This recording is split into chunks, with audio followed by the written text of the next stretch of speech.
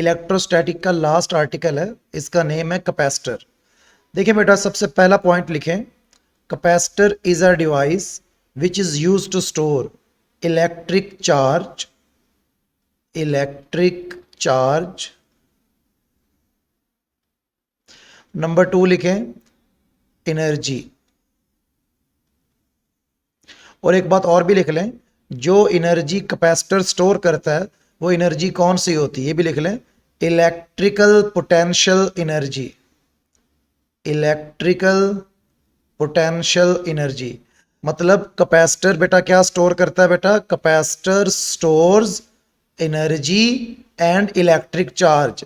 लेकिन अगर आपको क्वेश्चन आए और उसमें ये दोनों ऑप्शन हो, इलेक्ट्रिक चार्ज भी लिखा हो और एनर्जी भी लिखी हो, और बोथ का ऑप्शन ना हो, तो बेटा आप इन दोनों में से कौन सा सिलेक्ट करेंगे, चार्ज सिलेक्ट करेंगे या एनर्जी सिलेक्ट करेंगे? तो बेटा याद रखें, फिर आप हमेशा सिलेक्ट करेंगे एनर्जी, क्योंकि कैपेसिटर का जो बुनियादी मकसद है वो एनर्जी स्टोर करना होता है। लेकिन एनर्जी वो तभी स्टोर कर सकता है जब वो पहले किसको स्टोर करे, चार्ज को। इसलिए ये चार्ज और एनर्जी दोनों को स्टोर करता है, लेकिन जो मेन फंक्शन है इसका वो किसको स्टोर करना है, एनर्जी को। इसलिए बेटा अगर आपको दोनों ऑप्शन ये वाले आ जाएं, चार्ज और एनर्जी, और बोथ का ऑप्शन ना हो, तो आप बेटा हमेशा लिखेंगे एनर्जी। लेकिन अगर एनर्जी का ऑप्शन सिरे से मौजूद ही ना हो, तो बेटा फिर आप कौन सा ऑप्शन चूज करेंगे, चार्ज। देखिए बेटा, कैपेसिटर जो है ना, हमारे कोर्स में जो कैपेसिटर है वो है parallel plate capacitor, parallel plate capacitor. Capacitor की और भी काफ़ी टाइप्स होती हैं, बट हमारे कोर्स में बेटा जो एमडी कैट में है वो है पैरेलल प्लेट कैपेसिटर। अगला पॉइंट बेटा ये कि कैपेसिटर का सिंबल कैसा होता है। तो बेटा ये आपके पास कैपेसिटर का सिंबल है, आपने दो पैरेलल लाइंस बनानी है, दोनों इक्वल लेंथ की, और इसके दो टर्मिनल्स होते हैं, एक ज्वाइन है इस प्लेट के साथ, एक इस प्लेट के साथ। तो बेटा ये जो सिंबल है आपके पास, मैं इसको यहाँ भी बना देता हूँ। तो बेटा this is the symbol of capacitor. इसकी दो प्लेट्स हैं, दोनों एक दूसरे के बेटा क्या है, पैरेलल हैं। So this is parallel plate capacitor. Capacitor का बेटा फार्मूला कौन सा होता है, Q is directly proportional to V, मतलब charge is directly proportional to potential difference. जितना आप किसी भी कैपेसिटर की प्लेट पे चार्ज इंक्रीज करेंगे, चार्ज के इंक्रीज होने से बेटा क्या होगा, कैपेसिटर की प्लेट्स के बीच में बेटा क्या बढ़ जाएगा, पोटेंशियल डिफरेंस बढ़ जाएगा। सो when you increase the charge on the plates, the potential difference between the plates of capacitor also increases. So charge is directly proportional to potential difference. अगर मैं इस proportionality साइन को एलिमिनेट करूं तो बेटा एक कांस्टेंट आएगा, और बेटा वो कांस्टेंट बेटा कौन सा होता है, C।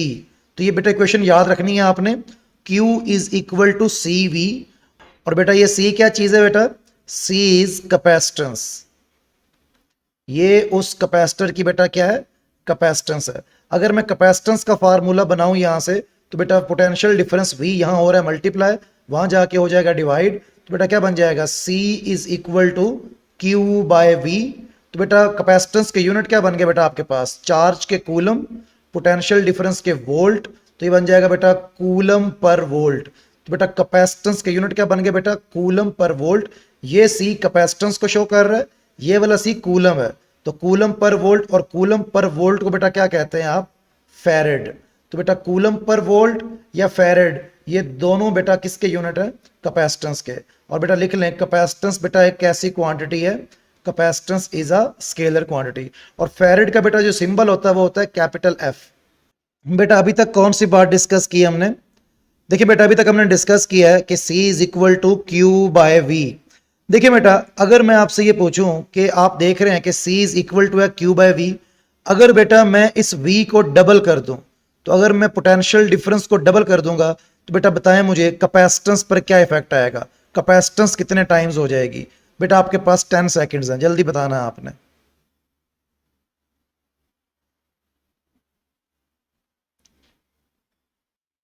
तो बेटा याद रखें, यहां पे लिखें एक line, capacitance will remain same, capacitance will remain same.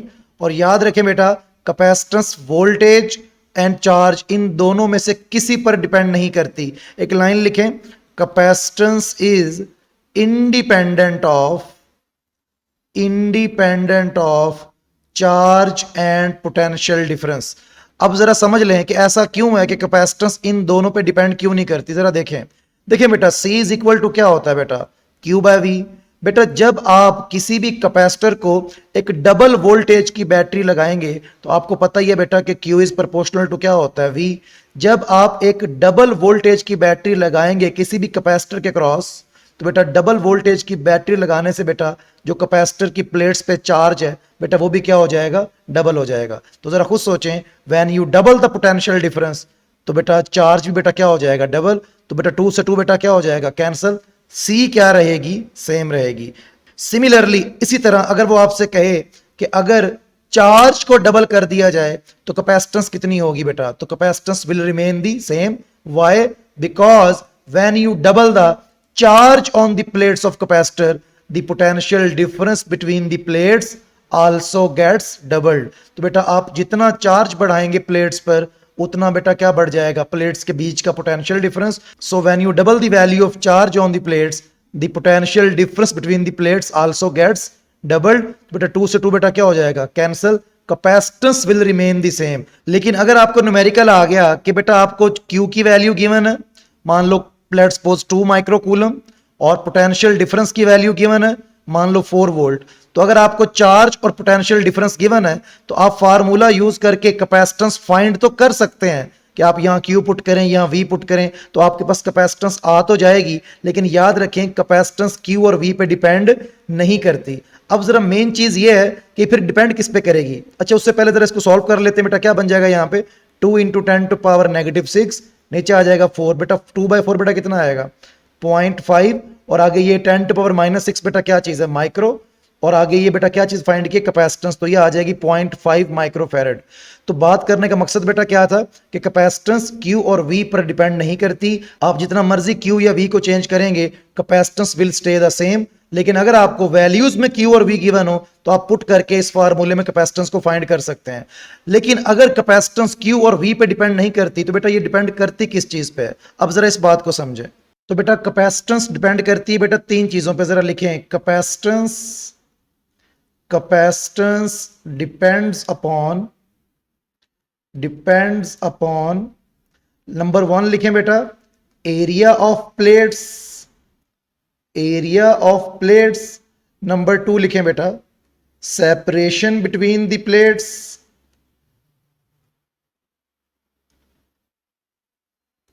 Number 3 लिखें बेटा, मीडियम बिटवीन द प्लेट्स।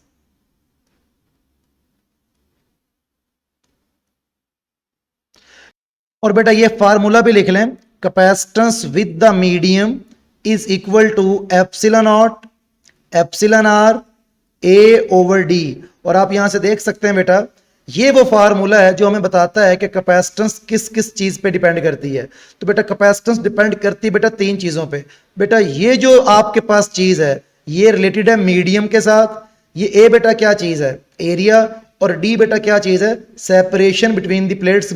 तो कैपेसिटेंस बेटा एरिया के साथ बेटा क्या रिलेशन बना रही है, डायरेक्टली प्रोपोर्शनल। मतलब ये हुआ कि बेटा जितना किसी कैपेसिटर की प्लेट्स का एरिया ज्यादा होगा, जितना उसकी प्लेट्स वाइड होंगी, चौड़ी होंगी, उतना बेटा उसकी क्या ज्यादा होगी, कैपेसिटेंस ज्यादा होगी। नंबर 2 बेटा देखें कि जो कैपेसिटेंस है बेटा, कैपेसिटेंस का बेटा प्लेट्स के बीच में जो गैप है, मतलब सेपरेशन बिटवीन द प्लेट्स के साथ बेटा इनवर्स रिलेशन है। मतलब ये हो बेटा कि अगर मान लो एक कैपेसिटर ये है और इसकी प्लेट्स के बीच में बेटा गैप ये है, तो प्लेट्स के बीच में जो गैप है उसको D कहते हैं। लेकिन अगर यही 2 प्लेट्स अगर आप पास लेकर आ जाएंगे और जितना ये प्लेट्स पास पास होंगी उतना बेटा प्लेट्स के बीच का गैप मतलब सेपरेशन बिटवीन द प्लेट्स बेटा क्या हो जाएगी, कम। और जितना बेटा प्लेट्स पास पास होंगी और सेपरेशन बेटा प्लेट्स के बीच में कम होगी उतना बेटा कैपेसिटर की क्या ज्यादा होगी, कैपेसिटेंस ज्यादा होगी। तो बेटा कैपेसिटेंस का सेपरेशन बिटवीन द प्लेट्स बेटा क्या रिलेशन है, इनवर्स रिलेशन है। और नंबर 3 बेटा कौन सी चीज है, मीडियम बिटवीन द प्लेट्स। अभी हम इस बारे में देखेंगे कि मीडियम के डालने से बेटा कैपेसिटेंस बढ़ेगी या कम होगी। तो बेटा मेन चीज क्या हुई बेटा कि capacitance depends upon 3 things. Capacitance depends upon area of the plates, separation between the plates and medium between the plates. देखिए बेटा अगर कैपेसिटर की प्लेट्स के बीच में कोई मीडियम ना हो, मतलब ना सॉलिड ना लिक्विड ना गैस, मतलब वहां पे क्या हो, वैक्यूम। तो बेटा वैक्यूम के टाइम पे बेटा जो कैपेसिटेंस होगी बेटा उसका फार्मूला है C vacuum is equal to epsilon not A over D. और अगर मैं कैपेसिटर की प्लेट्स के बीच में बेटा क्या इंसर्ट कर दूं, लेट्स सपोज बेटा मैं प्लेट्स के बीच में कोई मीडियम प्लेस कर देता हूं जिसकी डाइलेक्ट्रिक कांस्टेंट की वैल्यू बेटा है ई आर। तो बेटा अब जो कैपेसिटेंस होगी विद मीडियम बेटा उसका फार्मूला होगा C medium is equal to epsilon not epsilon R A over D. बेटा अगर मैं इन दोनों को डिवाइड कर दूं, जैसे मैं सी मीडियम ऊपर लिख लूं, उसके नीचे डिवाइड कर दूं सी वैक्यूम को, तो बेटा सी मीडियम का फार्मूला क्या आ रहा है, epsilon not epsilon R A over D. और बेटा सी वैक्यूम क्या है बेटा, epsilon not A over D. बेटा बताएं क्या क्या कैंसिल हो रहा है इसमें। देखिए एप्सिलॉन नॉट से एरिया, एरिया से डी, डी से बेटा क्या हो गया कैंसिल, जस्ट बाकी बच क्या गया बेटा एप्सिलॉन आर। तो बेटा ये एप्सिलॉन आर का एक और फार्मूला बेटा क्या बन गया, एप्सिलॉन आर मतलब dielectric constant is equal to capacitance with medium divided by capacitance with vacuum. और बेटा याद रखें कि ई आर के कोई यूनिट्स नहीं होते क्योंकि बेटा ये सेम चीज की रेशियो है, ऊपर भी कैपेसिटेंस है नीचे भी कैपेसिटेंस है। आपको याद होगा कूलम्स लॉ के अंदर मैंने ई आर का एक फार्मूला और भी लिखवाया था, E R is equal to F vacuum over F medium. तो बेटा ये फार्मूला उस टॉपिक में था और ये वाला फार्मूला बेटा आपने पढ़ा कैपेसिटर के टॉपिक में, सी मीडियम ओवर सी वैक्यूम। अगर बेटा मैं यहां पे ऐसे करूं कि एफ मीडियम वहां लेकर जाऊं, ई आर नीचे लेकर आऊं, बेटा क्या बन जाएगा बेटा, ये बन जाएगा बेटा F medium is equal to F vacuum over E R. और बेटा यहां देखें अगर मैं इस सी वैक्यूम को वहां जाके कर दूं मल्टीप्लाई, बेटा क्या बन जाएगा आपके पास, C medium is equal to E R into C vacuum. क्योंकि बेटा जब ये वहां जाके हो जाएगा मल्टीप्लाई तो ये बन जाएगा ई आर इंटू सी वैक्यूम, इधर सिर्फ क्या बच जाएगा बेटा सी मीडियम। अब जरा बेटा मेरी बात आपने गौर से सुननी है, आपको पता है अच्छी तरह कि ई आर के बारे में मैंने क्या बताया था कि दुनिया में हर मीडियम का बेटा जो डाइलेक्ट्रिक कांस्टेंट होता है बेटा वो 1 से बड़ा होता है। For every medium dielectric constant बेटा 1 से क्या होता है, बड़ा होता है। अब जरा सुने मेरी बात, एफ वैक्यूम वो फोर्स है जो तब है जब चार्जेस के बीच में क्या था, वैक्यूम, और एफ मीडियम बेटा वो फोर्स है जब उनके बीच में मैंने क्या डाला, मीडियम। और बेटा जो मीडियम डाला उसके डाइलेक्ट्रिक कांस्टेंट की वैल्यू बेटा कितनी है, ई आर। और ई आर बेटा हर चीज के बेटा 1 से क्या होता है, ज्यादा। और मैंने आपको तब भी बताया था कि जब भी आप किसी चीज को 1 से बड़ी चीज से डिवाइड करते हैं तो जो आपका आंसर है बेटा वो कम हो जाता है। कि force with the medium is less than force with the vacuum, ये मैंने पहले भी आपको करवाया था कूलम्स लॉ में। अब जरा इस फार्मूले को गौर से देखें बेटा, सी वैक्यूम बेटा वो कैपेसिटेंस है जब कैपेसिटर की प्लेट्स के बीच में बेटा क्या था, वैक्यूम। और सी मीडियम बेटा वो कैपेसिटेंस है जब आपने बीच में क्या डाला बेटा, मीडियम, जिसके डाइलेक्ट्रिक कांस्टेंट की वैल्यू बेटा कितनी है, ई आर। अब जरा सुने, जब आप किसी भी चीज को 1 से बड़े से डिवाइड करते हैं तो ये वाली चीज बेटा क्या कर जाती है, डिक्रीज। लेकिन अगर आप किसी भी चीज को 1 से बड़े से मल्टीप्लाई करते हैं, अगर आप किसी भी क्वांटिटी को 1 से बड़ी वैल्यू से क्या करते हैं, मल्टीप्लाई, तो बेटा जो ये आपका आंसर आएगा बेटा ये क्या करेगा, इंक्रीज कर जाएगा। और इसका बेटा मतलब क्या हो बेटा कि सी मीडियम की वैल्यू ज्यादा होगी एज कंपेयर टू किसके, सी वैक्यूम के। जरा देखें बेटा, अगर मान लो एफ वैक्यूम की बेटा वैल्यू है 10 न्यूटन और ई आर की वैल्यू मान लो 2 है, तो 10/2 बेटा कितना आया, 5। मतलब ये हुआ बेटा कि एफ मीडियम बेटा 5 न्यूटन है और एफ वैक्यूम बेटा कितनी थी, 10। मतलब ये हुआ कि मीडियम के डालने से बेटा जो फोर्स है बेटा वो क्या कर गई, डिक्रीज, क्योंकि वैक्यूम के टाइम पे 10 थी, अब बेटा 5 है। और यहां देखें क्या है कि बेटा अगर मान लो कैपेसिटेंस विद द वैक्यूम अगर 10 थी और ई आर की वैल्यू बेटा आपने क्या यूज की, 2, बेटा 2 × 10 बेटा कितना बन जाएगा, 20। तो बेटा जो सी मीडियम है बेटा वो कितनी बन गई, 20। मतलब ये हुआ कि मीडियम के डालने से कैपेसिटेंस बेटा क्या कर गई है, इंक्रीज। अब इस पूरी बात की समरी बेटा क्या है कि बेटा जब भी हम चार्जेस के दरमियान में मीडियम प्लेस करते हैं तो बेटा उनके बीच में लगने वाला इलेक्ट्रोस्टैटिक फोर्स तो बेटा क्या कर जाता है, डिक्रीज, लेकिन कैपेसिटेंस बेटा क्या कर जाती है, इंक्रीज। अच्छा बेटा एक दो क्वेश्चंस अभी हम करते हैं, लेकिन उससे पहले बेटा मुझे एक और पॉइंट बताना है। जरा देखें, अगर मैं बेटा ग्राफ बनाऊं बिटवीन कैपेसिटेंस एंड चार्ज, या फिर between capacitance and potential difference, या फिर बिटवीन कैपेसिटेंस एंड एरिया, या फिर between capacitance and distance between the plates, या फिर कैपेसिटेंस का डाइलेक्ट्रिक कांस्टेंट के साथ, तो बेटा आपको मैंने बताया था कि कैपेसिटेंस जो है बेटा वो Q और V पे डिपेंड नहीं करती, और जब भी बेटा y एक्सिस वाली क्वांटिटी x एक्सिस वाली क्वांटिटी पे बेटा डिपेंड ना करे तो बेटा ग्राफ कैसा बनता है, हॉरिजॉन्टल लाइन। हॉरिजॉन्टल लाइन का बेटा मतलब क्या होता है कि बेटा y एक्सिस बेटा x एक्सिस की वैल्यू चेंज होने पर अपनी वैल्यू चेंज नहीं कर रहा। सिमिलरली बेटा C का V से ग्राफ कैसा बनेगा, हॉरिजॉन्टल लाइन। लेकिन अब मुझे बताएं कैपेसिटेंस का बेटा एरिया से क्या रिलेशन था, डायरेक्टली प्रोपोर्शनल, तो बेटा ये बनेगी बेटा straight line passing from the origin. अगली बात जरा देखिए बेटा सी का बेटा डी से क्या रिलेशन था, इनवर्सली प्रोपोर्शनल। और बेटा जब भी दो चीजें बेटा कैसी होती हैं, इनवर्सली प्रोपोर्शनल, बेटा ग्राफ कैसा बनता है, इसे बेटा बोलते हैं हाइपरबोला। जब भी दो चीजें बेटा कैसी होती हैं, इनवर्सली प्रोपोर्शनल, तो जो ग्राफ बनता है उसकी शेप बेटा किससे रिजेंबल करती है, हाइपरबोला से, हाइपरबोला। और बेटा ये बेटा ग्राफ बनेगा सी का डी के साथ। और बेटा देख सकते हैं आप कि जो बेटा कैपेसिटेंस का फार्मूला था वो क्या था, epsilon not epsilon R A over D. तो बेटा जो कैपेसिटेंस है उसका डाइलेक्ट्रिक कांस्टेंट से बेटा डायरेक्ट रिलेशन है। मतलब ये हो बेटा कि जितना आपके मीडियम की डाइलेक्ट्रिक कांस्टेंट की वैल्यू ज्यादा होगी उतना बेटा क्या बढ़ जाएगी बेटा कैपेसिटेंस। तो ये बेटा ये भी क्या होगा, डायरेक्ट रिलेशन होगा। यहां बेटा क्वेश्चन लिखें, आपके पास लेट्स सपोज बेटा एक कैपेसिटर है, आपने बेटा क्या किया, उसकी प्लेट्स पर चार्ज को डबल कर दिया, पोटेंशियल डिफरेंस को डबल कर दिया, आपने बेटा उसकी प्लेट्स के जो बीच की सेपरेशन है उसको डबल कर दिया, उसका एरिया प्लेट्स का डबल कर दिया, और मीडियम वो डाला जिसके ई आर की वैल्यू बेटा 2 है। तो बेटा मुझे बताएं नई कैपेसिटेंस बेटा कितने टाइम्स हो जाएगी पहले वाली कैपेसिटेंस के। आपके पास बेटा 10 सेकेंड्स है। तो देखिए बेटा फार्मूला क्या है, C medium is equal to epsilon not epsilon R A over D. बेटा मुझे बताएं कैपेसिटेंस किन दोनों पे डिपेंड नहीं करती, ना चार्ज पे ना पोटेंशियल डिफरेंस पे।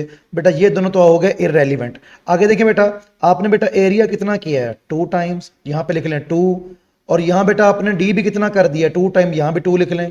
तो ये बेटा 2 से 2 बेटा क्या हो गया, कैंसिल। बाकी सिर्फ क्या रह गया, ई आर। और बेटा जो ई आर आपने डाला उसकी बेटा वैल्यू कितनी थी, 2 थी। तो बेटा यहां पुट कर देंगे आप 2। इसका मतलब बेटा क्या हुआ कि नई कैपेसिटेंस पहले वाले से बेटा कितने टाइम्स होगी बेटा, 2 टाइम्स। अब दोबारा सुन ले जरा इस बात को, बेटा Q और V पर तो कैपेसिटेंस डिपेंड ही नहीं करती, तो इनको तो आपने बॉदर ही नहीं करना। अगली बात बेटा D और A दोनों आपने क्या किए हैं, डबल। तो बेटा यहां भी 2 आया, यहां भी 2 आया, बिकॉज एरिया भी डबल किया, D भी डबल किया, ये दोनों आपस में बेटा क्या हो गया, कैंसिल। सिर्फ बाकी बच क्या गया बेटा, ई आर आपने क्या वैल्यू पुट की उसकी 2। और बेटा जब आप यहां पुट करेंगे ई आर की जगह पे 2, तो बेटा नई कैपेसिटेंस पहले वाले से बेटा कितने टाइम ज्यादा होगी, 2 टाइम्स। जो 2 वाला कौन सा था, ई आर की वैल्यू वाला। तो बेटा new capacitance is 2 times of old capacitance. अब ये बेटा पूरी बात की समरी हो गई कि capacitance depends upon 3 things, distance between the plates, area of the plates and medium between the plates, and Q और V पे ये डिपेंड नहीं करती। अब बेटा एक क्वेश्चन और लिखें, अगर बेटा आपके पास मैं क्वेश्चन दूं कि बेटा C की वैल्यू आपके पास है 4.8 माइक्रोफैरड और पोटेंशियल डिफरेंस की वैल्यू बेटा आपके पास 100 मिली वोल्ट्स, तो बताएं बेटा Q की वैल्यू क्या होगी। तो बेटा आपको पता ही है बेटा Q इज इक्वल टू बेटा क्या होता है, CV। जब भी आपको बेटा C और V गिवन है और आपने चार्ज निकालना है तो Q इज इक्वल टू बेटा क्या होता है, CV। बेटा C की बेटा वैल्यू कितनी है आपके पास, 4.8 माइक्रो। बेटा वोल्टेज कितना है, 100 मिली वोल्ट्स, मिली मतलब 10 टू पावर -3। अब ये बेटा -3, अब ये बेटा -6 और -3 बेटा क्या बन जाएगा, -9, और ये +2 है। बेटा ये +2 0 वहां से निकल जाएंगे 7 में से, क्या बन जाएगा बेटा आपके पास 4.8 इंटू 10 टू पावर -7 कूलम्स। ये बेटा आ जाएगा आंसर। और यहां बेटा एक और चीज भी याद रखें कि जब भी आप किसी कैपेसिटर को आप चार्ज करते हैं तो उसके साथ बेटा क्या लगाते हैं, आप बैटरी या सेल लगाते हैं, और बैटरी या सेल लगा के आप उसे चार्ज करते हैं। तो बेटा कैपेसिटर की एक प्लेट पर जितना पॉजिटिव चार्ज डिपॉजिट होता है उतना ही बेटा दूसरी पर क्या डिपॉजिट होता है, नेगेटिव चार्ज। मतलब ये हो बेटा कि अगर कैपेसिटर की पॉजिटिव प्लेट पे चार्ज है +Q, तो बेटा नेगेटिव पे बेटा कितना होगा, -Q, क्योंकि जितनी वैल्यू पॉजिटिव चार्ज की एक प्लेट पे है उतनी वैल्यू में नेगेटिव चार्ज दूसरी प्लेट पे होगा। तो अगर पॉजिटिव प्लेट का चार्ज +Q है तो बेटा नेगेटिव का बेटा कितना होगा, -Q। और यहां बेटा क्वेश्चन का आंसर करें कि net charge of the capacitor क्या होगा, net charge of a capacitor. तो बेटा आपको पता है ये नेट का मतलब होता है टोटल चार्ज। तो बेटा कैपेसिटर क्या है, ये पूरी चीज बेटा कैपेसिटर है। तो कैपेसिटर में बेटा कितनी प्लेट्स होती हैं, 2 प्लेट्स। अब जितना एक का चार्ज पॉजिटिव है उतना बेटा दूसरी का चार्ज क्या है, नेगेटिव। और अगर आप दोनों प्लेट्स का बेटा चार्ज ऐड करेंगे तो प्लस और माइनस बेटा दोनों चूंकि इक्वल हैं, तो ऐड करने पर कितना आ जाएगा आंसर 0।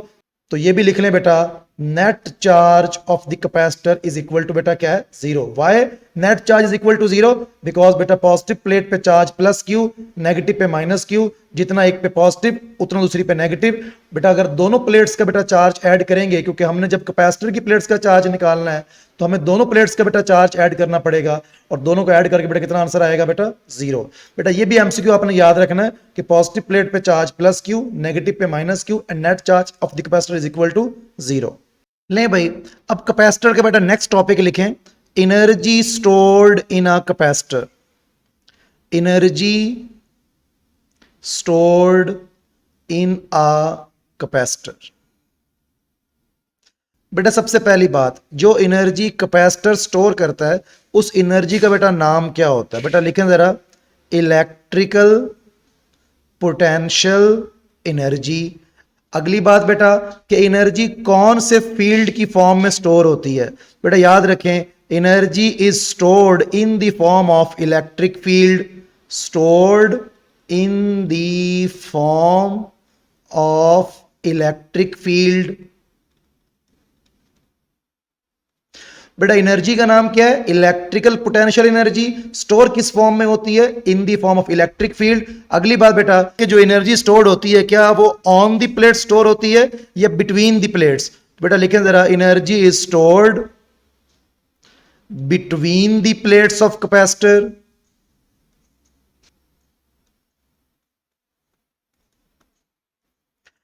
बेटा कैपेसिटर के अंदर जो एनर्जी स्टोर्ड होती है बेटा, उसके बेटा 4 फार्मूले हमारी बुक में हैं। जरा लिखें जरा, पहला फार्मूला बेटा ये है, बेटा ये U बेटा क्या चीज है? U बेटा है इलेक्ट्रिकल पोटेंशियल एनर्जी का सिंबल। तो बेटा जो एनर्जी स्टोर्ड होती है बेटा, उसके बेटा फार्मूले लिखें 4 कौन से हैं? 1/2 CV स्क्वायर। आगे लिखें बेटा 1/2 Q स्क्वायर बाय C। आगे लिखें बेटा U is equal to 1/2 Q into V। और फोर्थ लिखें बेटा 1/2 epsilon not epsilon R E square into AD। बेटा ये आपके पास बेटा एनर्जी स्टोर्ड के बेटा 4 फार्मूले हैं। ये चारों फार्मूले बेटा किस चीज के हैं? Energy stored between the plates of capacitor. बेटा इस फार्मूले में ये जो E है, ये क्या चीज है? Electric field strength. Electric field strength. बेटा ये आपके पास बेटा आ गए 4 फार्मूले। अब जरा देखें इनके क्वेश्चंस बेटा क्या क्या आएंगे, जरा देखें। तो बेटा जरा लिखें फर्स्ट क्वेश्चन। फर्स्ट क्वेश्चन बेटा ये है आपके पास कि अगर आपको कैपेसिटेंस गिवन हो 2 माइक्रोफैरड और बेटा वोल्टेज की वैल्यू बेटा आपके पास है 200 वोल्ट, तो बेटा energy stored in the capacitor बेटा कितने जूल्स होगी? आपके पास बेटा 20 सेकेंड्स है, जल्दी हरी अप। देखें बेटा इसको सॉल्व कर रहे हैं, जरा देखें। U इज इक्वल टू बेटा क्या लगाएंगे आप? 1/2 CV स्क्वायर। बेटा 1/2 बेटा C की वैल्यू बेटा कितनी है आपके पास? 2 माइक्रो। यहां आ जाएगा 2 इंटू 10 टू पावर -6। बेटा वोल्टेज कितना आपके पास? 200 वोल्ट। और वोल्टेज का बेटा क्या है आपके पास? स्क्वायर। बेटा इसका आ जाएगा स्क्वायर। बेटा ये क्या बन जाएगा आपके पास? ये बेटा इनसे हो जाएगा कैंसिल, बाकी सिर्फ बच जाएगा 10 टू पावर -6। और बेटा जब आप इसका स्क्वायर ओपन करेंगे बेटा, आप इसको पहले ऐसे लिख लें 2 इंटू 10 टू पावर 2, क्योंकि 200 को हम क्या लिख सकते हैं? 2 इंटू 10 टू पावर 2। और ये बेटा इसका क्या आ गया? स्क्वायर। अब आपको पता है बेटा कि ये होल का स्क्वायर है, तो बेटा 2 का भी स्क्वायर होगा और 10 टू पावर 2 का भी स्क्वायर होगा। बेटा ये क्या बन जाएगा आपके पास? ये बन जाएगा आपके पास 10 टू पावर -6 तो पहले ही था, आगे बन जाएगा 4 इंटू 10 टू पावर +4 और -6 और +4 बेटा कितना बन गया बेटा आपके पास? -2। तो बेटा फाइनल बेटा कितनी चीज आ गई आपके पास? 4 इंटू 10 टू पावर -2 जूल्स। बेटा ये आ जाएगी energy stored in the capacitor. एक क्वेश्चन बेटा और करें। अगर बेटा एनर्जी स्टोर्ड की वैल्यू आपके पास हो 200 नैनो जूल्स और बेटा आपके पास है जो चार्ज की वैल्यू बेटा वो आपके पास है 20 मिली कूलम्स, तो बेटा आप मुझे बताएं कि पोटेंशियल डिफरेंस की वैल्यू बेटा कितनी होगी across the plates of capacitor बेटा, अगर एनर्जी की वैल्यू इतनी है और चार्ज ऑन द प्लेट बेटा इतना। बेटा देखें जरा, आपको पता है कि Q और V वाला एक ही फार्मूला एनर्जी का, और वो फार्मूला बेटा 1/2 Q इंटू V। हमने बेटा V फाइंड करना है, टू जाके कर दें मल्टीप्लाई बेटा यू के साथ, ये बन जाएगा बेटा 2u/q is equal to v।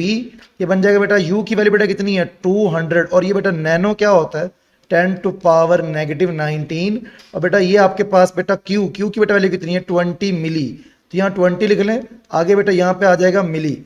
अब बेटा इसको सॉल्व कर लेते हैं बेटा, ये आपके पास बेटा बन जाएगा यहाँ पर इक्वल टू यहाँ पे आ गया v। बेटा ये 20 है और ये 200 है, बेटा यहाँ पे आ जाएगा 10 इंटू 2 बेटा कितना आ जाएगा आपके पास 20, और ये -3 है, ये -9 है, ये बन जाएगा -6। तो 20 इंटू 10⁻⁻6, या फिर आप लिख लें 2 इंटू 10⁻⁻5 वोल्ट्स। बेटा ये आ जाएगा potential difference across the plates of capacitor. Okay बेटा एक कॉन्सेप्चुअल क्वेश्चन करते हैं। आप जरा देखें कि अगर बेटा मैं आपसे कहूं कि कैपेसिटर की प्लेट्स के बीच का जो पोटेंशियल डिफरेंस है उसको आप V से कर दें 2V, मतलब पोटेंशियल कर दें डबल, तो बेटा नई एनर्जी कितने टाइम्स हो जाएगी। अब आपके सामने बेटा आपको पता है ये कैपेसिटर की एनर्जी स्टोर्ड का फार्मूला क्या था, एक फार्मूला था 1/2 CV², एक फार्मूला बेटा आपके पास था 1/2 Q इंटू V, एक फार्मूला था बेटा आपके पास 1/2 Q²/C। आप बेटा यहाँ पे देख ही सकते हैं बेटा कि पोटेंशियल डिफरेंस वाले बेटा दो फार्मूले हैं, यहाँ भी पोटेंशियल डिफरेंस है, यहाँ भी पोटेंशियल डिफरेंस है, इस वाले में तो पोटेंशियल डिफरेंस है नहीं। तो अगर बेटा मेरा क्वेश्चन ये दोबारा सुन लें इस बात को कि अगर आप कैपेसिटर का पोटेंशियल डिफरेंस डबल कर देंगे तो एनर्जी स्टोर्ड कितने टाइम्स हो जाएगी। बेटा आपके पास 30 सेकेंड्स हैं, ऑप्शंस में आप लिख सकते हैं 2 टाइम्स, 4 टाइम्स, 1/2 टाइम्स, 1/4 टाइम्स। अच्छा बेटा इधर गौर से मेरी बात सुने, देखें आपको नजर आ रहा है बेटा कि एनर्जी का एक फार्मूला वो है जो है 1/2 CV², इसमें बेटा पोटेंशियल डिफरेंस का स्क्वायर है, और नीचे वाले फार्मूले में जस्ट पोटेंशियल डिफरेंस है उसका स्क्वायर नहीं है। अब बच्चे थोड़ा कंफ्यूज हो जाते हैं, वो अक्सर मेरे से ये क्वेश्चन करते हैं कि सर अगर ये वाला फार्मूला यूज करें तो यहाँ वोल्टेज का स्क्वायर है, और अगर वोल्टेज को हमने डबल किया है और क्योंकि बेटा वोल्टेज का स्क्वायर है तो बेटा 2 का बेटा स्क्वायर कितना आएगा 4, तो बेटा एनर्जी कितनी आ जाएगी 4 टाइम्स। तो बेटा इस फार्मूले से आंसर आ गया बेटा 4 टाइम्स। लेकिन अगर हम ये वाला फार्मूला यूज करें तो यहां u और v आपस में डायरेक्टली प्रोपोर्शनल है, तो अगर हम v को करेंगे डबल तो एनर्जी भी क्या हो जाएगी डबल। लेकिन ऐसा नहीं होता बेटा, अब जरा मेरी बात जरा गौर से सुने, देखें फिजिक्स के सब फार्मूले आपको सेम आंसर देते हैं, लेकिन अगर आप उनको कॉन्सेप्चुअली सही से लगाओ तब। अब जरा देखें इस बात को, अगर आप बेटा ये वाला फार्मूला यूज करें u is equal to 1/2 CV², और अगर आप वोल्टेज को क्या करें डबल, वोल्टेज का बेटा क्या है स्क्वायर। देखिए 1/2 तो कांस्टेंट है, और आपको मैंने पहले ही बताया हुआ है कि जब आप वोल्टेज चेंज करते हैं तो C में कोई चेंज नहीं आता, तो बेटा C तो कांस्टेंट है, 1/2 भी कांस्टेंट है, और जब आप बेटा V को करेंगे डबल तो बेटा 2 का बेटा स्क्वायर कितना होगा 4 टाइम्स, तो बेटा एनर्जी बन जाएगी 4 टाइम्स। अगर आप ये वाला फार्मूला यूज करते हैं u is equal to 1/2 QV, तो बेटा आंसर इससे भी 4 टाइम्स ही आता है। जरा देखें कैसे, बेटा आपको मैंने पहले ही बताया था कि बेटा Q इज प्रोपोर्शनल टू क्या होता है V। बेटा जब भी आप किसी भी कैपेसिटर की प्लेट्स के अक्रॉस पोटेंशियल डिफरेंस क्या करेंगे डबल, तो when you double the potential difference across the plates of capacitor, charge on the plates also gets doubled. तो बेटा याद रखें जैसे ही आप V को डबल करेंगे तो आपने याद रखना है बेटा कि Q भी क्या हो जाएगा डबल, और बेटा 2 इंटू 2 बेटा आंसर यहां भी कितना आएगा 4 टाइम्स। अगर इसी तरह के क्वेश्चन और जरा देखें, अगर बेटा मैं आपसे यह कहूं कि बेटा अगर आप किसी भी कैपेसिटर की प्लेट्स पर जो चार्ज है उसको बेटा Q से कर दें 2Q, मतलब चार्ज को कर दें डबल, तो कैपेसिटर की प्लेट पर चार्ज को डबल करने से बताएं बेटा एनर्जी कितने टाइम्स हो जाएगी। तो बेटा देखें गौर से, इस फार्मूले में Q का स्क्वायर है, इसमें सिंपली Q है, तो बेटा देखें इस फार्मूले के मुताबिक जब आप डबल करेंगे तो बेटा आपको पता ही है बेटा यहां पे Q का स्क्वायर है, तो बेटा डबल किया मतलब 2 टाइम्स किया, तो बेटा 2 का बेटा क्या लेंगे आप स्क्वायर, तो बेटा 2 का बेटा स्क्वायर कितना होता है 4 टाइम्स, तो बेटा एनर्जी कितनी बन जाएगी 4 times.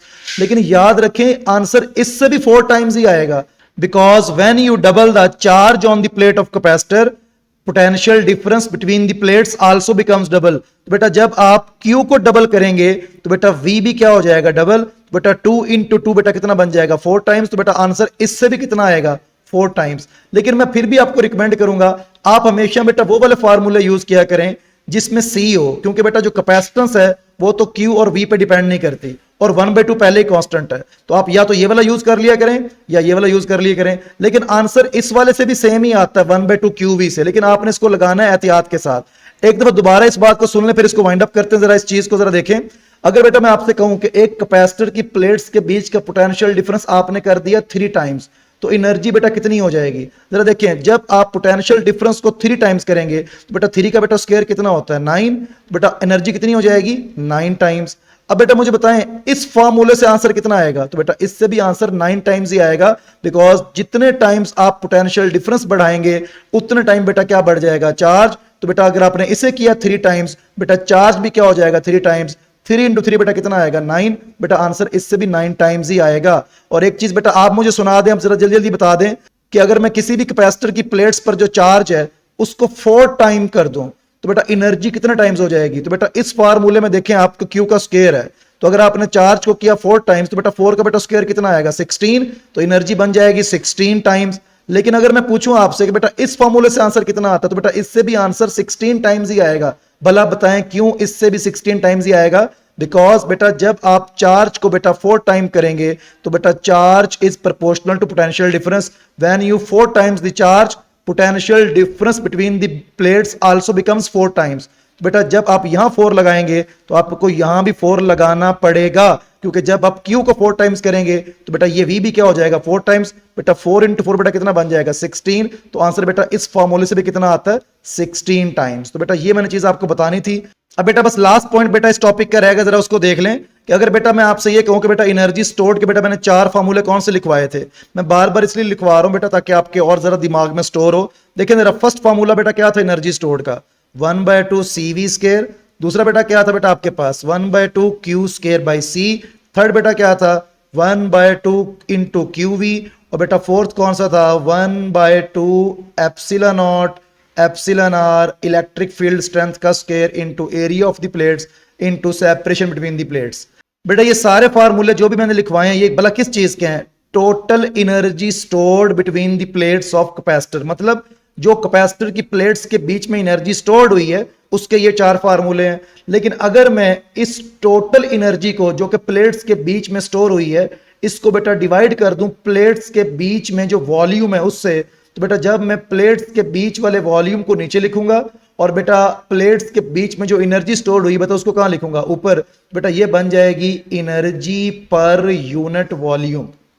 Energy per unit volume. तो बेटा जब भी आप total energy between the plates को प्लेट्स के बीच के टोटल वॉल्यूम से बेटा क्या करेंगे? डिवाइड, तो you will get energy per unit volume. और बेटा इसे एक और नाम भी बुलाते हैं, इसे कहते हैं एनर्जी डेंसिटी। मैंने ईडी लिखा है लेकिन इसका पूरा नाम बेटा होता है एनर्जी डेंसिटी। तो बेटा याद रखें कैपेसिटर की एनर्जी डेंसिटी निकालने के लिए आप क्या करते हैं? कैपेसिटर की टोटल एनर्जी को, जो कि ये 4 फार्मूलों में से कोई भी फार्मूला आप यूज कर सकते हैं, लेकिन बुक वालों ने ये वाला किया हुआ है तो हम भी यही वाला करेंगे। और अगर आप इस एनर्जी को टोटल वॉल्यूम से बेटा क्या कर देते हैं? Divide, you will get energy per unit volume which is also known as energy density. अब जरा बेटा वैल्यूज पुट कर लेते हैं ताकि फाइनल फार्मूला बन जाए। जरा देखिए बेटा गौर से, अगर बेटा यहां पे लिखे एनर्जी डेंसिटी, बेटा एनर्जी का फार्मूला क्या है?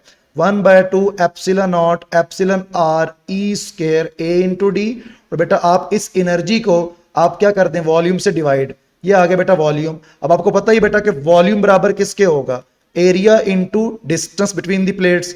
बेटा यहां पे लिख देते हैं 1/2 epsilon not epsilon R E square AD.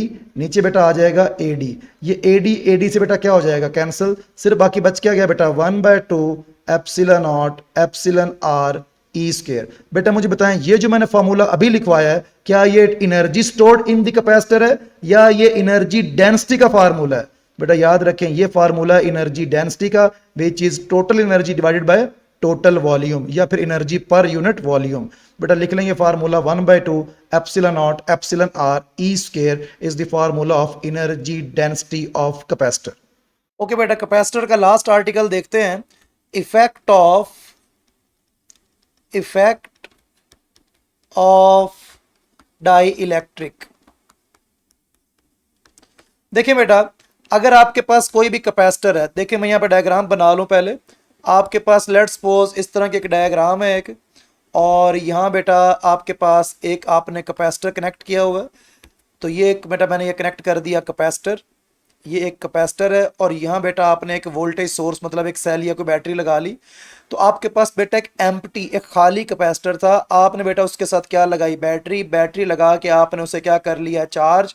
और जब वो कैपेसिटर चार्ज हो गया तो आपने क्या किया, ज़रा मेरी बात गौर से सुनिएगा। आपने क्या किया, जब वो कैपेसिटर चार्ज हो गया तो अब आपने क्या किया कि बैटरी को रिमूव कर दिया। ये जो बैटरी है इसको हटा दिया, क्योंकि हमारी बुक में जो केस डिस्कस किया गया है उसमें डाइलेक्ट्रिक को डालने से पहले बैटरी को रिमूव कर दिया जाता है। तो इसलिए आप भी याद रखें कि जब भी क्वेश्चन आएगा और अगर कुछ भी ना बताया जाए कि डाइलेक्ट्रिक को डालने से पहले बैटरी रिमूव की गई थी या नहीं, तो आप यही मानेंगे बेटा कि बैटरी क्या की गई थी, रिमूव्ड। तो बेटा ये जो अभी मैं केस डिस्कस करूंगा बेटा ये कौन सी होगी, बैटरी इज डिस्कनेक्टेड, कि बैटरी आपने क्या कर दी है, डिस्कनेक्ट कर दी है। और बेटा यही हमारी बुक वाला केस है। बुक वाले केस में बेटा आप क्या करते हैं, एक एम्प्टी कैपेसिटर लेते हैं, एक बैटरी या सेल लगाते हैं, बैटरी या सेल लगा के उसे हम क्या कर देते हैं, चार्ज। और उसके बाद आप क्या करते हैं कि आप उस बैटरी को रिमूव कर देते हैं, और बैटरी को रिमूव करने के बाद आप क्या करते हैं कि उस कैपेसिटर के अंदर डालते हैं एक डाई इलेक्ट्रिक मटेरियल। और अब क्वेश्चन ये है कि जो भी मटेरियल आपने इसमें डाला इस कैपेसिटर की प्लेट्स के दरमियान में, उस मटेरियल का एक डाइलेक्ट्रिक कांस्टेंट होगा जिसकी वैल्यू ई आर होगी। तो मेरा क्वेश्चन ये है कि जब हम किसी भी चार्ज्ड कैपेसिटर की प्लेट्स के दरमियान में कोई भी डाइलेक्ट्रिक मटेरियल डालेंगे जिसकी डाइलेक्ट्रिक कांस्टेंट की वैल्यू ई आर होगी, तो आप बताएं बेटा इसको डालने पर, तो बेटा आप ये बताएं कि बेटा कैपेसिटेंस पर क्या इफेक्ट आएगा, चार्ज ऑन दी प्लेट्स पर क्या इफेक्ट आएगा, potential difference across the plates, electric field पे, इलेक्ट्रिक फोर्स पे, और electrical potential energy stored between the plates, इन सब पर बेटा क्या इफेक्ट आएगा जब आप किसको डालेंगे, डाइलेक्ट्रिक मटेरियल को between the plates of capacitor. और याद रखें ये हम कौन सा केस कर रहे हैं बेटा, जिसमें बैटरी आपने क्या कर दी है, रिमूव या फिर डिस्कनेक्ट कर दी है। अगर आपको बेटा क्वेश्चन में ना बताया जाए कि डाइलेक्ट्रिक डालते हुए बैटरी साथ कनेक्टेड थी या नहीं थी, कुछ भी नहीं बताया गया, तो आप यही वाला केस लेके चलेंगे और बुक में भी यही वाला केस डिस्कस किया गया है। इसके बाद बेटा हम एक और केस भी पढ़ेंगे जिसमें बैटरी को हम कनेक्ट रहने देते हैं और फिर हम डालते हैं डाइलेक्ट्रिक, तो फिर इन सब पे क्या इफेक्ट आएगा वो सेकंड टॉपिक में पढ़ेंगे। लेकिन अभी हम वो वाला टॉपिक पढ़ रहे हैं जिसमें आपने पहले कैपेसिटर को चार्ज किया, कैपेसिटर को चार्ज करके बैटरी को हटा दिया, बैटरी को हटाने के बाद क्या डाला, डाइलेक्ट्रिक, और फिर आपसे सवाल ये है कि इन सब पर क्या इफेक्ट आएगा। तो बेटा देखें सबसे पहला पॉइंट बेटा याद रखें कि बेटा कैपेसिटेंस बेटा इंक्रीज करेगी, चार्ज इस केस में क्या रहेगा, सेम। चार्ज बेटा सेम ही रहेगा, कॉमन सेंस है। उसकी रीज़न ये है कि बेटा बाहर तो कोई सर्किट अब मौजूद नहीं है, क्योंकि बाहर कोई बैटरी नहीं है, बैटरी आपने हटा ली तो सर्किट हो गया ओपन, तो अब ये ओपन सर्किट है। और बेटा अंदर आपने क्या डाला है, डाइलेक्ट्रिक। डाइलेक्ट्रिक बेटा क्या होता है, इंसुलेटर। तो बेटा नेगेटिव चार्जेस ना तो अंदर से जा सकते हैं पॉजिटिव की तरफ, ना ये बाहर से जा सकते हैं पॉजिटिव की तरफ। तो चार्जेस ना तो बाहर से मूव कर सकते हैं ना इनसाइड मूव कर सकते हैं, क्योंकि इनसाइड एक इंसुलेटर है जो उनको फ्लो नहीं होने देगा, और बाहर से सर्किट ओपन है तो वहां से भी ये फ्लो नहीं कर पाते। तो चार्ज जितने थे प्लेट्स पर उतने ही रहेंगे। तो इस केस में बेटा चार्ज क्या रहेगा, सेम। पोटेंशियल डिफरेंस बेटा डिक्रीज करेगा, इलेक्ट्रिक फील्ड स्ट्रेंथ डिक्रीज करेगी, इलेक्ट्रोस्टैटिक फोर्स डिक्रीज करेगी, एनर्जी भी बेटा क्या करेगी, डिक्रीज। एक आसान तरीका बेटा याद करने का ये है कि जब भी बैटरी साथ में नहीं होती और आप क्या डालते हैं, dielectric between the plates of capacitor, तो सिर्फ एक चीज़ बढ़ती है, वो है कैपेसिटेंस। चार्ज क्या रहता है, सेम। बाकी चारों चीज़ें बेटा क्या करती हैं, डिक्रीज। तो बेटा ये आपने इस तरह से याद कर लेना है।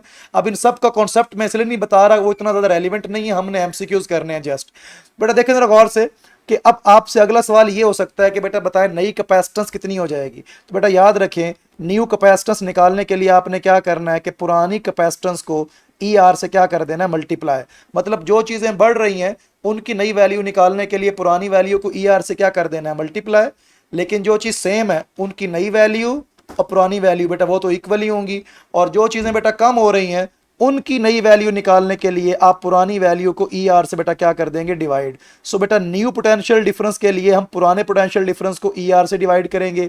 ऐसे न्यू इलेक्ट्रिक फील्ड स्ट्रेंथ के लिए पुरानी इलेक्ट्रिक फील्ड स्ट्रेंथ को ई आर से डिवाइड करेंगे।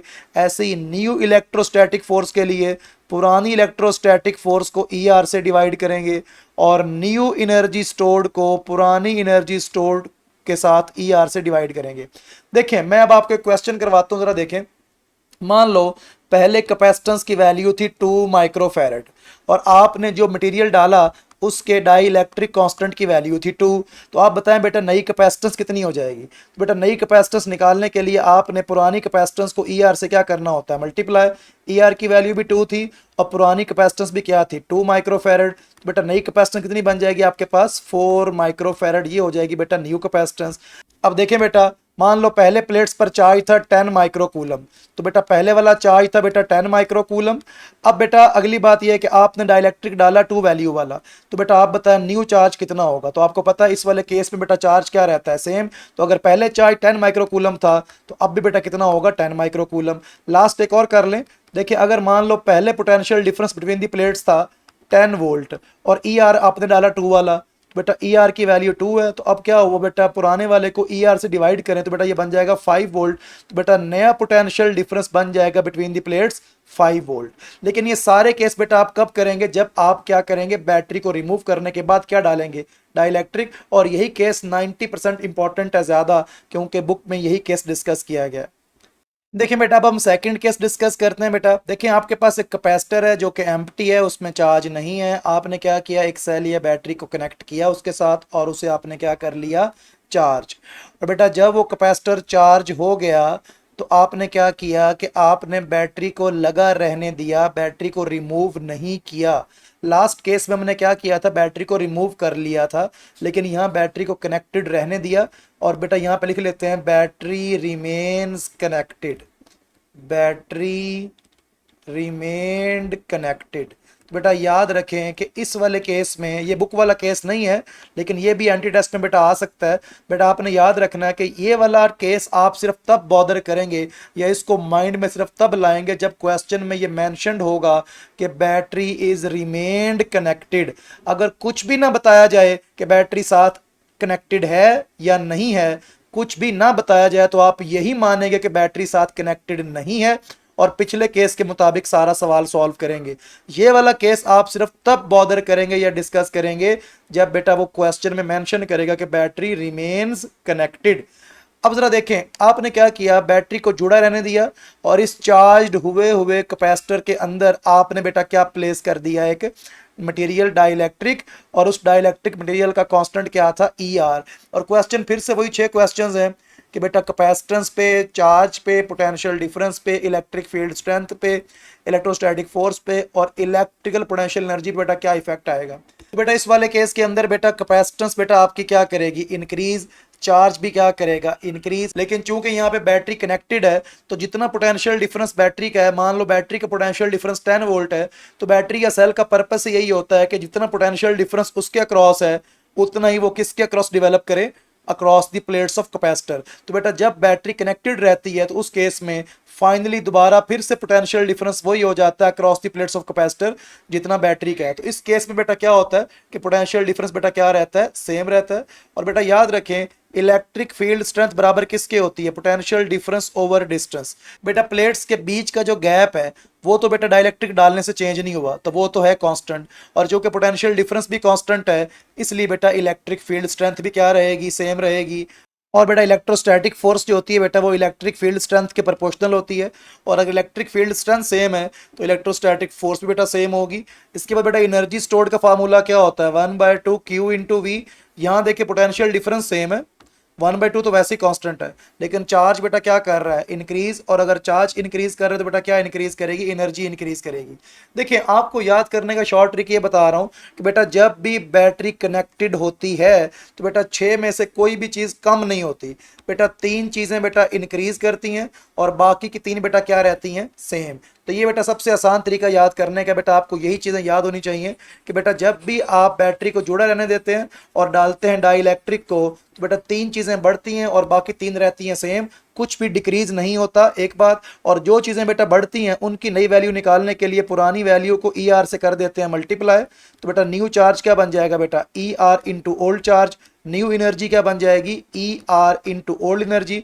और जो तीनों चीज़ें सेम है उनकी नई वैल्यू और पुरानी वैल्यू बेटा क्या होगी, सेम होगी। तो new electric field strength is equal to old electric field strength and new electrostatic force is equal to old electrostatic force.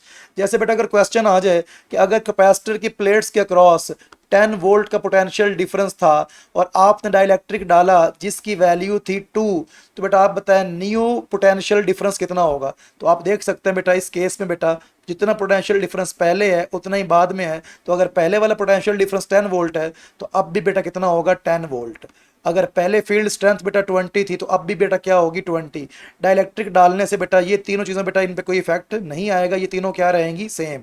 एक और कर लेते हैं बेटा, अगर मान लो पहले चार्ज ऑन दी प्लेट थी 10 माइक्रोकूलम, तो बेटा आपने अगर डाइलेक्ट्रिक डाला 2 वैल्यू वाला तो न्यू चार्ज कितना हो जाएगा। तो बेटा new charge is equal to बेटा dielectric constant into old charge.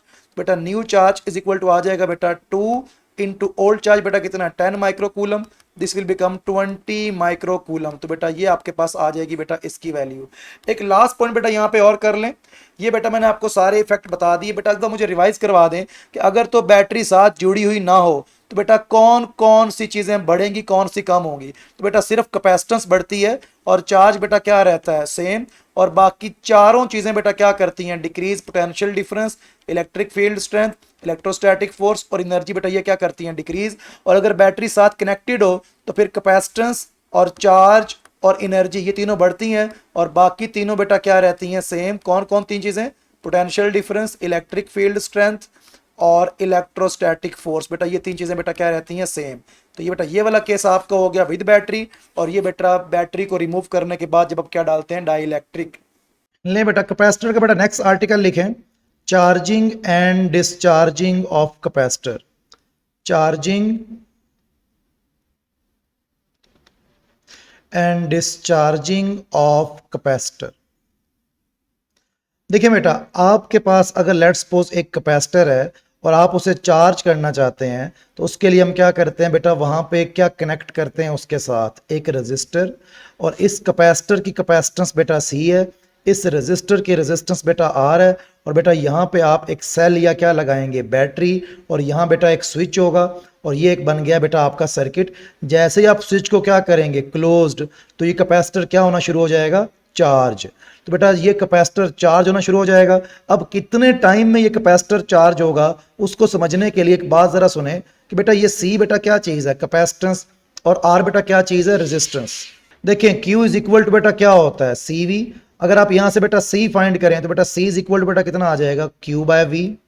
और बेटा आपको पता है V इज इक्वल टू क्या होता है, IR। और बेटा अगर आप यहाँ से R फाइंड करें बेटा R कितना आ जाएगा, R इज इक्वल टू बेटा क्या बन जाएगा, V ओवर I। अब जरा देखें ये क्वेश्चन नंबर 1, क्वेश्चन नंबर 2। आप क्या करें बेटा, इस R को इस C से करें मल्टीप्लाई।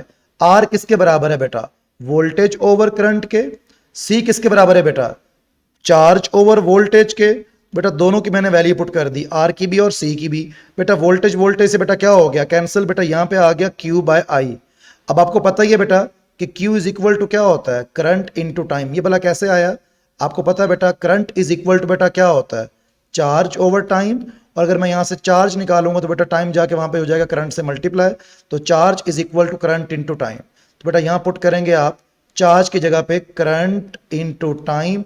नीचे बेटा पहले ही करंट है, करंट से करंट बेटा क्या हो जाएगा, कैंसिल। बेटा बाकी क्या बच जाएगा, टाइम। तो बेटा ये बात आपने याद रखनी है कि जब आप रेजिस्टेंस और कैपेसिटेंस को बेटा क्या करते हैं, मल्टीप्लाई, तो बेटा किसके इक्वल आते हैं, टाइम के। अब ये जो आपके पास टाइम है, इस टाइम को बेटा क्या कहते हैं। अब ये एक इंपॉर्टेंट चीज जरा देखें बेटा, ये जो आपके पास टाइम है इसे कहते हैं टाइम कांस्टेंट। इसे हम कहते हैं टाइम कांस्टेंट ऑफ कैपेसिटर। याद रखें रेजिस्टेंस के बेटा यूनिट क्या होते हैं, ओहम। कैपेसिटेंस के बेटा क्या होते हैं, फैरेड। तो अगर आप ओहम और फैरेड को बेटा क्या करते हैं, मल्टीप्लाई, तो बेटा रेजिस्टेंस और कैपेसिटेंस को जब आप मल्टीप्लाई करते हैं वो इक्वल किसके होते हैं, टाइम के। और बेटा आर का यूनिट ओहम, सी का यूनिट फैरेड, तो बेटा टाइम का यूनिट बेटा क्या होगा, सेकंड। इसका मतलब बेटा क्या हुआ कि बेटा ओहम को अगर आप फैरेड से करेंगे मल्टीप्लाई, वो किसके इक्वल होता है बेटा, सेकंड के इक्वल होता है। तो ये भी आपने चीज याद रखनी है, ohm into farad is equal to second. और ये भी याद रखनी बेटा कि आर और सी का जो प्रोडक्ट है, रेजिस्टेंस एंड कैपेसिटेंस का जो प्रोडक्ट है, वो किसके इक्वल है बेटा, टाइम के। और उस टाइम को बेटा क्या कहते हैं हम, टाइम कांस्टेंट। अगर एक क्वेश्चन आपको आ जाए कि अगर एक रजिस्टर है उसकी रेजिस्टेंस है 10 मेगा ओम्स, और अगर एक कैपेसिटर है उसकी कैपेसिटेंस है 20 मिली फैरड। तो बेटा आप मुझे बताएं कि इस कैपेसिटर का टाइम कांस्टेंट कितना होगा। और बेटा ये जो कैपेसिटर है इसकी कैपेसिटेंस है बेटा 20 मिली फैरड। बेटा आप बताएं इस कैपेसिटर का बेटा टाइम कांस्टेंट कितना होगा। तो बेटा टाइम कांस्टेंट के लिए बेटा आप क्या करते हैं, बेटा आपको पता ही है कि टाइम कांस्टेंट जो है बेटा वो किसके बराबर है, आर इंटू सी के। बेटा आर की बेटा वैल्यू कितनी है 10 मेगा, मेगा में किसके बराबर है बेटा 10 to power plus 6 ohm, multiply बेटा किसके आ गया 20 मिली फैरड। मिली बेटा क्या होता है 10 टू पावर -3, आगे बेटा आ गया फैरड। अब बेटा इसको हम सॉल्व कर लेते हैं, जरा देखें किसके बराबर आ रहा है ये। देखिए बेटा 10, ये पावर 1 है, ये पावर 6 है, बेटा कितना बन गया 10 to power 7 ohm into 20 into 10 to power -3 farad. बेटा ये क्या बन जाएगा +7 और -3, बेटा क्या बन जाएगा ये आपके पास 10 टू पावर 4, और ये बेटा कितना बच गया बाद साथ 20, और ये बाकी क्या बच गया यहाँ पे एक ओम बच गया और एक फैरड बच गया, और ओम और फैरड आपस में बेटा क्या हो रहे हैं मल्टीप्लाई। और आपको मैंने पहले ही बताया बेटा कि ओम इंटू फैरड बेटा किसके बराबर होते हैं सेकंड के। तो बेटा यहाँ पे इस पूरे की जगह बेटा आ जाएगा सेकंड, और बेटा 1 0 ये भी है 4 ये है, ये बन जाएगा 2 इंटू 10 टू पावर 5 सेकंड। ये बेटा आ जाएगा उस कैपेसिटर का टाइम कांस्टेंट। देखिए बेटा अब नेक्स्ट चीज बेटा ये टाइम कांस्टेंट बेटा होता क्या है। बेटा याद रखें टाइम कांस्टेंट बेटा वो टाइम होता है जिसमें कोई भी कैपेसिटर या तो 63% क्या हो जाए बेटा चार्ज हो जाए, या फिर 63% बेटा क्या हो जाए डिस्चार्ज हो जाए। तो बेटा कोई भी कैपेसिटर 63% चार्ज होने में या 63% डिस्चार्ज होने में जो उसको टाइम लगता है बेटा उसे हम क्या कहते हैं टाइम कांस्टेंट। अब जरा मेरी बात ये गौर से सुने ताकि आपको ये चीज़ माइंड में स्टोर हो जाए। जरा देखें इसका मतलब क्या है। देखें अगर मान लो एक कैपेसिटर है उसकी कैपेसिटेंस है 2 फैरड, और एक रेजिस्टर है बेटा उसकी रेजिस्टेंस है 2 ओम।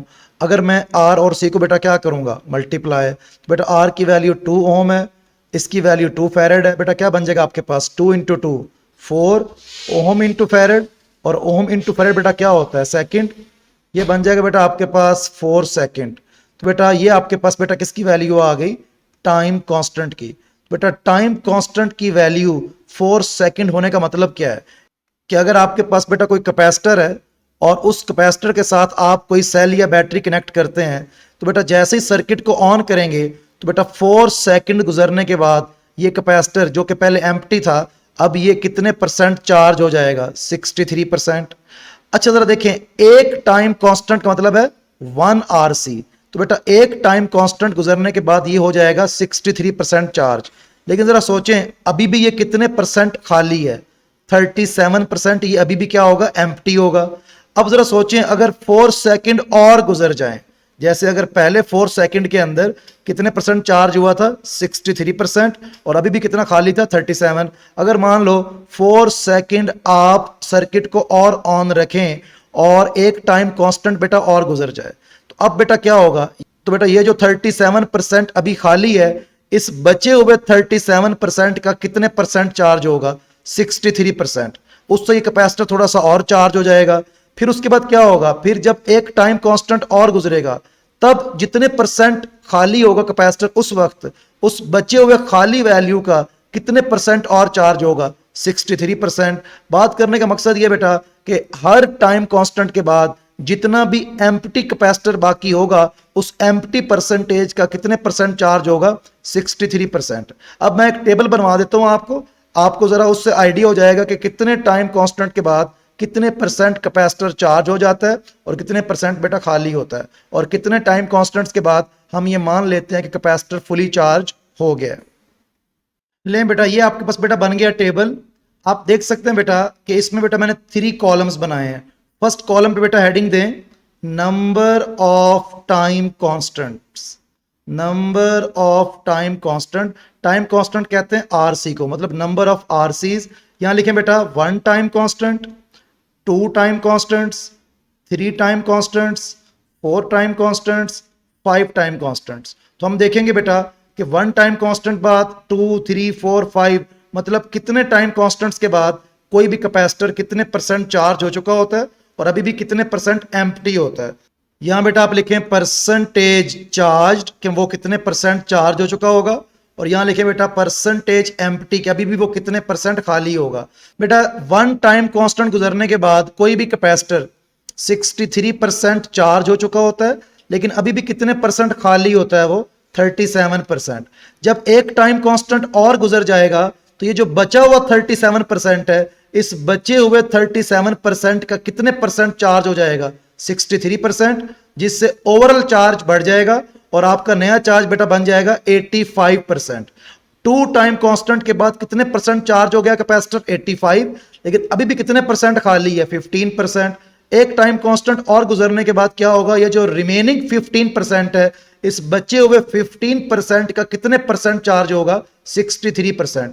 और बेटा वो आपके पास जो टोटल चार्ज बन जाएगा after 3 time constants, so total charge after 3 time constant बेटा आपके पास बन जाएगा 95%, और बाकी बेटा एम्प्टी कितना होगा, 5%। फिर 4 टाइम कांस्टेंट्स के बाद 98%, फिर यहां लिखें जरा 99.2%, और यहां लिखें बेटा 2%, और ये आ जाएगा बेटा 0.8%। और बेटा याद रखें 100% कैपेसिटर कभी चार्ज नहीं होता, तो याद रखें 100% चार्ज करने के लिए या डिस्चार्ज करने के लिए बेटा कितना टाइम लगता है, इन्फिनिटी टाइम। मतलब याद रखें कि 100% चार्ज या डिस्चार्ज कितने टाइम में कैपेसिटर होता है बेटा, इन्फिनिटी में। मतलब आप कभी भी उसको 100% चार्ज या डिस्चार्ज नहीं कर सकते हैं, एक बात। और अगली बात बेटा कितने टाइम कांस्टेंट्स के बाद हम ये कंसीडर कर लेते हैं कि कैपेसिटर आपका फुली चार्ज हो चुका है। तो बेटा याद रखें आफ्टर 5 टाइम कांस्टेंट हम ये मान लेते हैं कैपेसिटर फुली चार्ज या फुली डिस्चार्ज हो चुका है। तो बेटा क्यों बोला, क्योंकि बेटा 5 टाइम कांस्टेंट या 5 आरसी के बाद आप देख सकते हैं कि 99.2% कैपेसिटर क्या हो चुका है, चार्ज, जिसको हम ये मान लेते हैं कैपेसिटर क्या हो चुका है, फुली चार्ज। तो बेटा ये एमसीक्यू आपने याद रखना है, after how many time constant capacitor is suppose to be fully charge. बेटा आप लिखेंगे 5 टाइम कांस्टेंट्स। और जब कोई कैपेसिटर बेटा फुली चार्ज हो जाता है तो इसे बेटा हम क्या कहते हैं, कैपेसिटर ने क्या अचीव कर लिया, इक्विलिब्रियम। तो अक्सर ये भी क्वेश्चन बन सकता है कि कैपेसिटर इक्विलिब्रियम को अचीव करने में कितने टाइम कांस्टेंट लेता है। बेटा इक्विलिब्रियम को अचीव करने का मतलब ये है कि कैपेसिटर फुली चार्ज हो चुका है, और वो कितने के बाद होता है, 5 टाइम कांस्टेंट के बाद। अगर बेटा मैं आपको क्वेश्चन दूं, एक रेजिस्टर है, उसकी रेजिस्टेंस 1 ओम है और कैपेसिटेंस मान लो है 2 फैरेड, समझाने के लिए कह रहा हूं। आप बेटा मुझे बताएं कि कितने टाइम के बाद ये कैपेसिटर इक्विलिब्रियम अचीव कर लेगा। तो बेटा याद रखें इक्विलिब्रियम अचीव करने के लिए कितने टाइम कांस्टेंट चाहिए होते हैं, 5 टाइम कांस्टेंट। बेटा आप लिखेंगे time is equal to 5 RC। बेटा 5 यहां लिखें, R की वैल्यू 1 है, C की वैल्यू 2 है, बेटा क्या बन जाएगा आपके पास, 10 सेकेंड्स। तो बेटा कितना टाइम लगेगा उसे इक्विलिब्रियम में आने के लिए, 10 सेकेंड्स। इक्विलिब्रियम कह लो या फिर आप कह लो फुली चार्ज होने में लगेंगे 10 सेकेंड्स, मतलब 5 टाइम कांस्टेंट्स। यहां बेटा एक लास्ट चीज और कर लेते हैं कैपेसिटर की, उसके बाद वो 100% वाइंड अप हो जाएगा। देखिए बेटा अगर आपके पास एक ग्राफ है, ये आपके पास चार्ज है, यहाँ पे टाइम है। आपके सामने बेटा मैं बनाता हूँ 2 ग्राफ। एक ग्राफ बेटा मैंने ये बनाया 1, एक ये 2 है। आपने ये बताना है बेटा कि इन दोनों में से कौन से ग्राफ की टाइम कांस्टेंट की वैल्यू कम है। तो बेटा आपने बताना है कौन से ग्राफ की टाइम कांस्टेंट की वैल्यू कम है। तो बेटा देखें एक बात याद रखें बेटा कि स्लोप जो होता है ना, स्लोप जो होता है वो टाइम कांस्टेंट के इनवर्स होता है, ये बात याद रखें। और टाइम कांस्टेंट बेटा होता क्या है, टाइम कांस्टेंट बेटा होता है आरसी। तो इसका मतलब बेटा क्या है कि जिस ग्राफ का बेटा स्लोप ज्यादा होगा उस ग्राफ का टाइम कांस्टेंट मतलब आरसी बेटा क्या होगा, कम होगा। तो बेटा आप देख सकते हैं बेटा कि 2 और 1 में ज्यादा वर्टिकल मतलब ज्यादा वाई एक्सिस की तरफ कौन है, 1 है, और जो ज्यादा होगा वाई एक्सिस की तरफ बेटा उसका स्लोप ज्यादा होगा। तो बेटा ये जो आपका 1 है इसका स्लोप ज्यादा है, और जिसका स्लोप ज्यादा होगा बेटा उसका आरसी क्या होगा, कम। तो बेटा इस वाले ग्राफ का आरसी कम होगा और इस वाले ग्राफ का आरसी बेटा क्या होगा, ज्यादा। तो बेटा आपने क्या देखा कि बेटा जो 1 वाला ग्राफ है इसका टाइम कांस्टेंट कम है, और 2 वाले ग्राफ का बेटा टाइम कांस्टेंट बेटा क्या है, ज्यादा है। अच्छा ये तो चार्जिंग वाला ग्राफ था, क्योंकि इसमें देखें ग्राफ ऊपर जा रहा है, ऊपर जाने से बेटा वाई एक्सिस मतलब चार्ज बढ़ता है। तो ये थे चार्जिंग के ग्राफ। लेकिन अगर आपके पास बेटा डिस्चार्जिंग के ग्राफ आ जाएं, दोबारा फिर से देखें, ये चार्ज है, ये टाइम है। आपके सामने बेटा 2 ग्राफ हैं, एक ये वाला ग्राफ है और एक ये वाला ग्राफ है, ये दो है, ये 1 है, ये 2 है। आपसे दोबारा वही सवाल है कि बेटा इन दोनों में से किसका आरसी कम है, किसका आरसी ज्यादा है। तो लॉजिक दोबारा से यही वाली याद रखनी है, चाहे चार्जिंग के ग्राफ हूं चाहे डिस्चार्जिंग के ग्राफ हूं, दोनों में लॉजिक सेम है कि स्लोप जो होगा वो किसके इनवर्स होगा, टाइम कांस्टेंट के। और टाइम कांस्टेंट बेसिकली क्या होता है, आरसी। तो हम ये भी लिख सकते हैं slope is inverse of RC. तो बेटा जिसका स्लोप ज्यादा उसका आरसी कम। तो बेटा आप देख सकते हैं बेटा 1 और 2 में दोनों शुरू तो एक पॉइंट पे हुए हैं, लेकिन ज्यादा डाउनवर्ड कौन आ चुका है, ज्यादा ढलवान किसकी है, ज्यादा स्लोप किसका है। तो बेटा 2 वाले का स्लोप ज्यादा है, और जिसका स्लोप ज्यादा होगा बेटा उसका बेटा आरसी क्या होगा, कम। तो बेटा 2 वाले का बेटा आरसी कम होगा, तो ये स्मॉल आरसी वाला है। और बेटा ये कौन सा है, इस वाले का आरसी या मतलब टाइम कांस्टेंट बेटा क्या है, लार्ज है। तो इस वाले का टाइम कांस्टेंट ज्यादा है, इस वाले का बेटा टाइम कांस्टेंट बेटा क्या है, कम। तो बस आपने छोटी सी बात याद रखनी है कि चाहे चार्जिंग के ग्राफ हो चाहे डिस्चार्जिंग के ग्राफ हो, जब भी चार्ज वर्सेस टाइम ग्राफ में आपको 2 ग्राफ मिल जाएं या 3 ग्राफ मिल जाएं, तो बेटा जिस ग्राफ का स्लोप ज्यादा होगा वो कैपेसिटर का टाइम कांस्टेंट कम होगा, और जिसका स्लोप कम होगा उसका टाइम कांस्टेंट बेटा आरसी की वैल्यू क्या होगी, ज्यादा होगी।